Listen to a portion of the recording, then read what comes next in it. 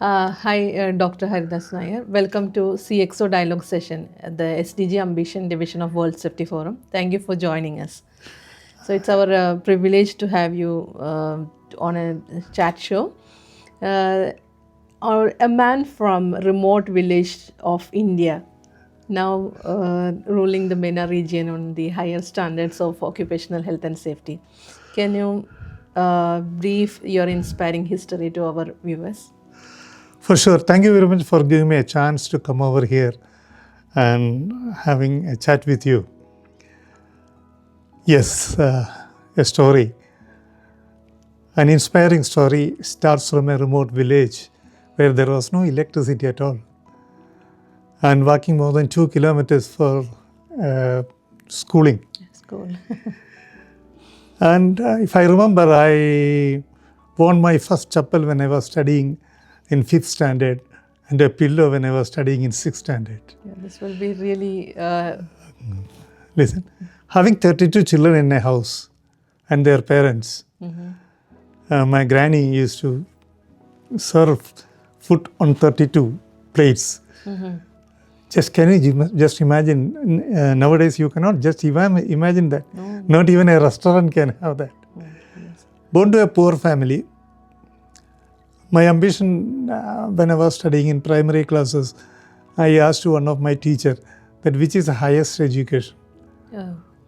So that he was laughing at me because not even capable of having 3-time food. I'm thinking about the highest education. He was smilingly said PhD is the highest education. That day, the seed was born in my brain that one day I will get PhD. Excellent. Today, happily, I can say Doctor. I'm a PhD holder, PhD. right? So that when I say the ambition start in your brain, and you have to nurture it Yeah. and grow it. Whether situations are positive or negative, or supporting you or not supporting you. If your ambition is there and you are ready to nurture it, you will gain it. That's what my biography says. Excellent. So you came from a background where the current scenario kids can't even imagine. It's a really inspiring part. And I have seen you earlier worked in UK with the leading qualification board in NIBOSH. And can you explain how UK qualifications are good for the students from international background? In fact, I didn't work with NIBOSH, but I worked with an associate with Shields. We are like a partnership. So we were doing so much courses with the Shields to getting UK qualification. I became a true professional with UK qualification. Yes, yes. How long was that association with Shields? Shields for me about 4 years. I had association with Shields. In fact, Shields grown up in Middle East through, I was a bridge to bring them to Middle East. Yes. They may deny or they may agree, but that was the truth. Yeah. And then still in Doha and in Dubai, they are flourishing it. But, and I had my own way of settling myself. And I had good association with IIRSM and IOSH as well. Yeah, I was coming to that. So all these qualifications, I got it through them. And I was an approved trainer for IIRSM, and I'm a fellow membership of IIRSM. IOSH, yes, gave me. I visited IOSH Lancashire many times, and I had undergone training with Lancashire IOSH. And that qualification made us, like people in Middle East and people in India, to become internationally safety qualified. Yeah, now when a student is starting a curriculum in health and safety, what do you suggest for them? Either they go for IOSH, NIBOSH or IIRSM, which platform is good for them? Okay, now first of all, I was sorry that I was try to just correct you. People say health and safety. It is occupational health and safety is better. Because we are specialized in occupational health and safety. Health and safety is a generic subject. Yes. When we talk about occupational health and safety, international knowledge and standard is very much accepted worldwide. Yes. That's the main reason. See, if you say the standard, if you say OSHA is the best standard after Second World War, everybody has gone through OSHA actually. Yeah. OSHA covers a broad spectrum of Now subject. also that 30-hour general industry program. And I have done OSHA 500 and 501. Oh, great. 500 and 501 make you to teach OSHA 30. Okay. So that is a qualification, 500 and 501. Now they are not giving outside US, but at the time we got it. Yeah. So these qualifications, and actually any student, as you asked, any student want to go into occupational health and safety. That is tomorrow's business, I always say. You can get engineers, you can get civil engineers, mechanical, but you cannot get a really qualified occupational health specialist. Oh.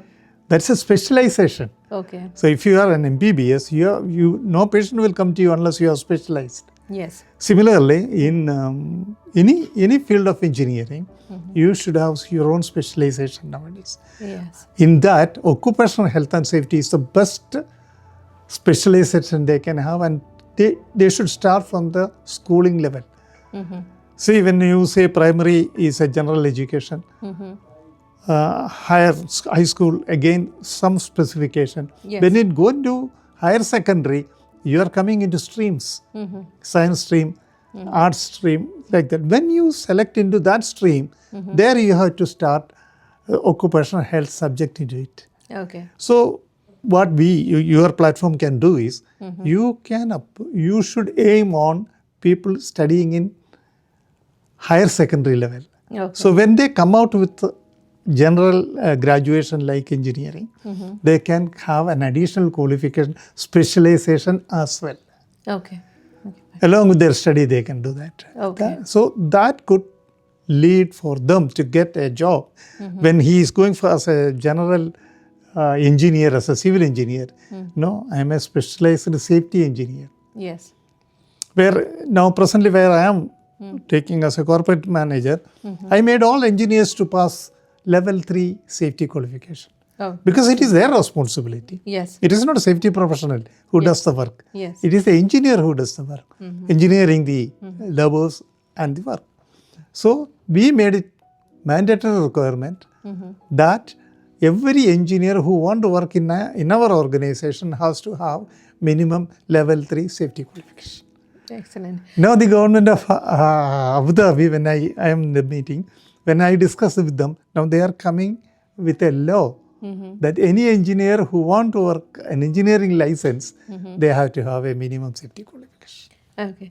Can I come to your current experience with this Nile contractors? You said some quick installation of houses and all these activities. So can you explain about how this is managed as a... Okay, I joined Nael General Contracting is a very huge company. It started with 14 people with the fencing. Today we are the highest, fastest constructing company. Okay. We have our own cement factory, everything is under one umbrella. We make our own raw material and we do it. And we make 3 villas a day. Yeah, this Can you believe it? Yeah, I heard that. But this is something unbelievable. Yeah. So how do you achieve this? We have a very big research and development wing. And our engineers has gone to Germany for updating their knowledge, bringing machineries from there. So now what government give us barren land, desert, yes. we convert into city and give them. And we got a lot of award onto it. And anybody wishes to come and see practically, most welcome. That I will arrange. Come and see that how safely, securely, and fastest construction, the client is happy that they will get the building done very fast. Everything is through computer. Okay. Everything is latest technology. In your leadership, especially in occupational health and safety, they might be achieving effective installations. For sure. That's it. 17,800 laborers are there under. We have 18 factories, many construction sites. We are making roads, parks, schools, and not even a single LTI for last 11 years where excellent. Not even a single LTI. Excellent. It is not exaggerated. Believe me, you know, the Chartered Institute of Environment Health Yes. is located in UK. London. Yes. They gave us an award. Only Nail got an award from CIH so far. Okay. Excellent. Excellent. That is actually for reducing the food and waterborne disease in construction site. So you said about occupational health and safety. Now you are the president of Occupational Health, Safety, Sustainability and Industrial Hygiene organization in MENA region. So can you talk about your activities on that organization? Asai actually originally started in India. And two persons' name I have to say, Avdesh Mali and Sanjay. They are the two pillars actually. They started as an NGO and accepted everywhere in India. It has grown like anything. All decision makers, occupational health safety decision makers are there. Then they gave me an award. Oh, great. That's what I got in connection with them in Gujarat. So it's working under Making India program actually, but it has spread to worldwide now. Oh, great. And I am taking care of the MENA region. And we are doing a lot of occupational health awareness. Now we are trying to do it in the school level, college level, and community level. And we do inspection. We inspect many labor accommodations, construction sites, oil and gas sites, give them ideas. Then we reward them. This reward is how best they are doing it. It is not a paper, but Asai go practically to the site, see, verify it, then accordingly correct it, corrective action. It is not a police action. It's a corrective action, proactively. So give them education that why you should do it. Make them to understand that why it is required. Okay, safety, people believe safety doesn't produce anything. Yes. But it definitely do productivity. Yeah. Production and productivity, if you draw two lines, you will understand what is the difference between production and productivity. So that's what Asai is doing, and we are really proud of it. Okay, having this concept reaching everywhere is a very important thing. That's correct. Excellent. That's it. And now I'm talking to a phoenix that who has battled the long stories of this episodes Of illness. So can we share a part of it to the audience? A bit, because if I say it's a big, Yes. it's a big version. Anyway, else, if you are thinking that me to start with cancer, I will do that. 2015, I was diagnosed as a cancer. Doctor was very reluctant in telling that I have detected as cancer in my prostate gland. Well, I asked him, see, you tell me, yes or no? He says, no, this can be treated. I said, yes or no? Doctor, yes. Yes, that's it. My wife got collapsed, cancer. I was smiling at him. Treatment started. They asked me to get surgery done. So, unfortunately, the surgery failed and it spread into my colon. And in a nutshell, 24 major surgeries in a year I have undergone. 24 major surgeries and 9 minor surgeries. Okay, at various hospitals in Abu Dhabi and in Astra Medicity in Kochi. And then Vellore, CMC Vellore. CMC Vellore. These are, so I have seen. So that in the span of 1 year. Within a year. Within a year. Okay. I'm really proud that I sustained that. And the happiest part is, I am a believer in God. So why I went to all these places? Vellore I have seen small children, young couples suffering from cancer. So I have seen them suffering. My suffering was nothing for me. So what we have done is, that one doctor came and told me that at least can you do something for these children they cannot treat. We adopted 10 children. Wow. So we arranged some fund from Abu Dhabi and we treated them. So that was the reason God made me to go there. That's it. Okay, thereafter I had 2 strokes. So doctors told me that now you be on the bed, employ one home nurse and relax rest of your life. In fact. One more thing one doctor told, 16th of February, the silicone tube which was kept in my abdomen will get expired. So don't come to me again. You are more than 60 years now. Go to live to his destiny. So my wife said, at least see my husband at least. She said, no need to come, no need to come. That was in 2016, February 19, my date of expiry written by a doctor. I told to that doctor, doctor, I have born without your permission. And I will die also without your permission. You can only what a doctor can do. He can lead me to a better death or painkiller, nothing else. Yes. You cannot extend my date of death. Yeah. That is decided by someone else who created me. Yes. He told, no, don't feel bad. I don't feel. Believe me, that doctor is not alive now. Oh. And I am still alive. This is So how my what I want to say to people is, don't get scared. If you are born, your death is sure. It's always traveling with you. With a motorbike you can die. With a stomachache you can die. With a pneumonia you can die. Why with the cancer you cannot die? Yeah. At least these all are motorbike. You don't have any disease. You died. Yes. Right? Yes. Cancer also doesn't have any causative organism. It's a change in the cell. Why you are afraid of that? It's more the fear is killing. Fear is killing because your resistance power reduces when you are afraid. Yes. When you say, if there is a rain, if I go out, I will get fever, you get fever. Yes. But if you are not afraid, beggars on the road, they go to the rain, they don't get fever. Yes. Because they are not afraid. So, jo dar gaya, samjho mar gaya. Those who are afraid, they lost. Yes. Be courageous, fight. Fight to the best of your knowledge. Destiny is with someone else, not with the doctor, not with the hospital. That's it. Yeah. Thank you. I saw after that you went to Himalayas. Yes. That's not a big story. I don't want to say that. Yeah. And then, of course, you came to our event in UK Parliament. How was your experience?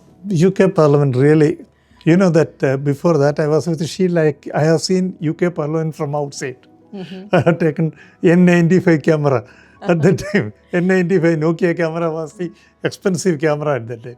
We had taken photos. I have seen the Guards parade and all. Oh. But I got a chance to enter inside the UK Parliament is through you, your organization. Not only me, those who came there.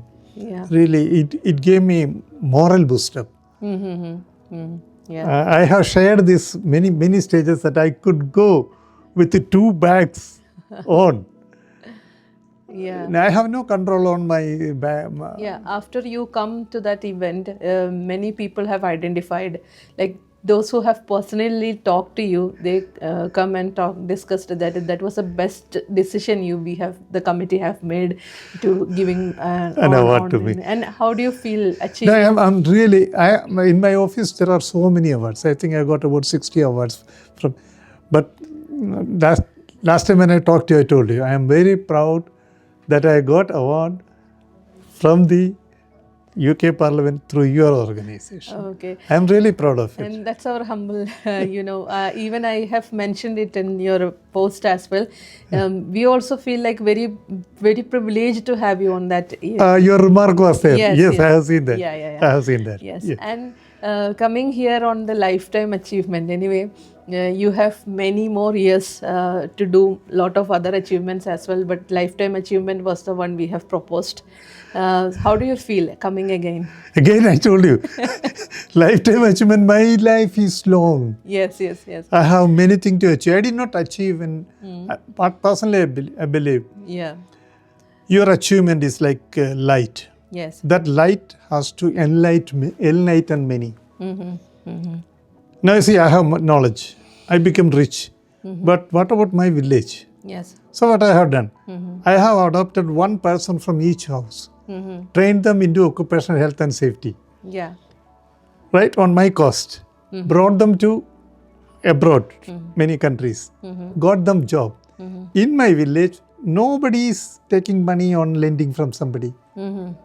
They can have their own house, they can have their own. That village has developed now. Not even a hut in my village. Roads are improved. Because I have money, I make a house. So Mason get the job. Yes. Society, that's what in the heading I written. Yeah. That society has developed. Yes. Now we have engineering college. Yes. We have big hospitals in my village. Yes. That village has developed. So that's what you should be able to enlighten others by your knowledge. Okay. What you are doing is also, what you are trying to do, what I heard from you, is very good job, but keep it up. Yeah. Thank you so much. Thank you so much for joining. Thank you, sir. Thank you.